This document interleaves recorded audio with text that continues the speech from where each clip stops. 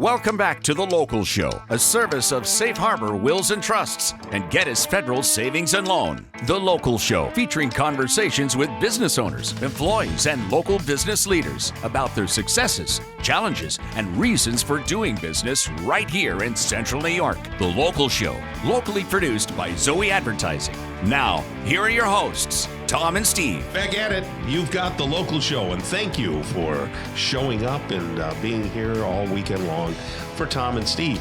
They're here just for us. They're here for us. We are the station. I don't know. It's the station takeover. It's the riveting content for folks over 55. And that, you know what? And that's okay. Yeah. Because that's us. Well, and if anything's taught me something, it's been this whole construction project because, the people that we deal with are very good at what they do. Correct. And they really care about their businesses. We champion local business. I try to do everything local, but there are some real wing nuts, for lack of a better term, out there. It's tough. It's messy space. Yeah, it is. And the whole, it's hard to get people to work. People don't say that because it's not true. Yeah. Say it because it's a challenge. And the problem you and I have, Tom, is we were well parented. Yeah, we were. Yes. Okay. And there was excellence. And if someone calls you, return the call, and you give your seat to a young or older woman, you do things. That's what you do. Yes. And I was always taught, when I started in business, and I would read the Brian Tracy books and the books on sales and things like that, to super serve. You super serve as a business owner. You don't put the onus on your customer. No, that's it. It's the difference between being a partner and a vendor. Yes, that too. Okay, yes. A vendor. How much is it? What is it? I'm going to call 100 people. Is yours the cheapest? Okay, well, I don't know. It's not the same. A partner is, how can we help get it done? Right. And we like to champion people getting things done. Well, next guy up is Nuts. Jeff Zarnowski. He's an orchardist at Z's Nutty Ridge. How are you, Jeff? Doing great. Busy plant. Did you ever hear you were nuts before? First time, right? Oh, yeah. First time. Yep. First time. Why is it every time I look at you, you look in better shape each time? You're like the Jack LaLanne of nuts. Tom, I think your glass prescription is fading. It looks the same to me. No, he looks wonderful. Well, we're busy this time of year, moving a lot of dirt, digging up a lot of dirt, planting a lot of trees. And it's either going to make you or break you. That's where we're at right now. So, what is your property? Explain to me what people see at your property.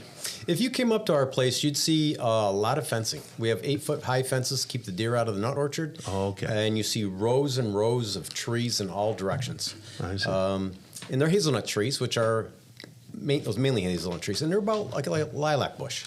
Okay. So they're nice, pleasant to look at, and it's serene. Do they have a bloom on them? They don't bloom that you and I would notice. The flowers for hazelnuts are very little, like pinheads. Nice. And yet it's pollinated by wind, which is amazing to me because the flower is so small. Yeah. But it works. So if people have not heard you on the show, you've been on a few times, you can grow nut trees in New York. Talk about that for a minute. Oh, yeah. So people don't realize hazelnuts and chestnuts are native to the area. When they cleared the land back in the 1800s, the understory tree is the hazelnut, and the understory trees went away when they cleared the lands. Chestnuts, on the other hand, they were destroyed by a blight brought in from overseas, China and Korea. Right. And so that wiped out the native chestnuts, but now we've hybridized both trees to be large nuts, very productive, and we're planting them out like crazy, and we now have a nut co-op to help process these nuts. So who can plant trees? Anybody can plant trees. The only thing you got to worry about is hazelnuts like sweeter soils, like 5.8 to 7.5 pH, and 7 is neutral. Acid is the lower the number that the acid or the soil is. And so chestnuts like anything below 6.5 pH and lower. Okay, if you can't tell the pH by tasting the soil, what areas do these trees grow better than others? Well, generally, you don't want to try to plant them on rocks, and you don't want to try to plant them in swamps. But different counties or areas, like if I live in Cicero or Clay, but I live in Tully or Casanova, there's certain areas where some do better? So there's different cultivars that allow trees to be grown in colder regions and cultivars to be grown in warmer regions. So once you know what your zone you are in, you just take your address, look it up on the USDA zone map, Anybody can search that out quick. You quickly know what your zone you're in. Like right now here in Syracuse, we're like 6A. You can grow any hazelnut tree that we offer or anyone you can buy in the region. If you live way up in Alex Bay, might be closer to 3B, 4A, then you get a little more limited in what hazelnut trees or chestnut trees can grow, but we offer trees that will grow there as well. Okay. How long does it take, and what's a cultivar? Cultivar is... So when you say how long does it take, how long does it take grow, to get nuts? Yes. Get nuts? Yeah, that's the important thing. Right? Everyone wants to know when they get their nuts. So if it's a layered tree, which is a clone, which is a cultivar. So that sounds like a lot of series of equivalents, but the reality is once you find a tree that you really like, you clone it. So when you buy a Red Delicious apple in the store today, or you buy a Red Delicious apple store a month from now, you get the exact same apple, exact same flavor you expect. So Red Delicious apples are a cultivar. And so there's many cultivars of hazelnuts that you can plant, and chestnuts as well. So it's an important thing to know that planting cultivar, not just a random seedling, which a lot of nurseries sell. What's the goal of Z's Nutty Ridge? Ideally, we'll be the one-stop shop for hazelnuts and chestnuts for the region. And did you answer the question of how long it takes to get nuts? No, I didn't. Okay. Because I'm waiting, I'm hanging here. I'm thinking, can I have them for lunch today? Right, Probably right. not. So the whole thing is, there's three ways to clone a tree. One is if it produces suckers at the base of the tree, you encourage it to grow roots, and you cut that little sucker off, and it's an identical clone of the mother tree. The other way is through tissue culture, and they call that micro cuttings. Basically, it's a cutting of the tree. You grow it in a lab, you encourage it to grow roots, and you can multiply them out that way, and that's the same way of creating a clone. A clone is another word of saying multiplying out a cultivar. And when you say cultivar, you're thinking of like a Red Delicious apple. In our case, you're thinking of like a tree we just patented, we call Photon. Okay. And it's we're cloning that Photon tree. And if it's a layer tree, it takes 1 year. Now say 1 year, only if you take care of it really well. But by the second year, you should be able to get nuts. And if it's a tissue culture tree, it might take 3 to 5 years before you start collecting nuts. So this sounds nuts to someone that's not as smart as you, right? And that certainly would include Tom and I. Yes.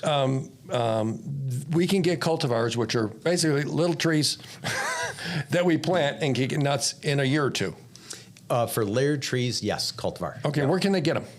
You can get them at Z's Nutty Ridge, znutty.com, znutty.com. Do I have to have 50 acres? Can I plant 2 trees, or how does it work? Yes, all you need is 2 trees. They have to cross-pollinate each other, so you have to get 2 different trees. You can't buy 2 Photons or 2 Nicas, which are 2 cultivars. You can buy 1 of each, and then you would have nuts. That's interesting. How about the things you can make with it? Do you have any trees? This is the big question. Do you have any trees that actually, when the buds come out, the nuts come out, they look like Ferrero Rocher, where they're already, they got the chocolate around them and everything? No? But our nut cooperative will be making those very soon. Really? Okay. Yeah.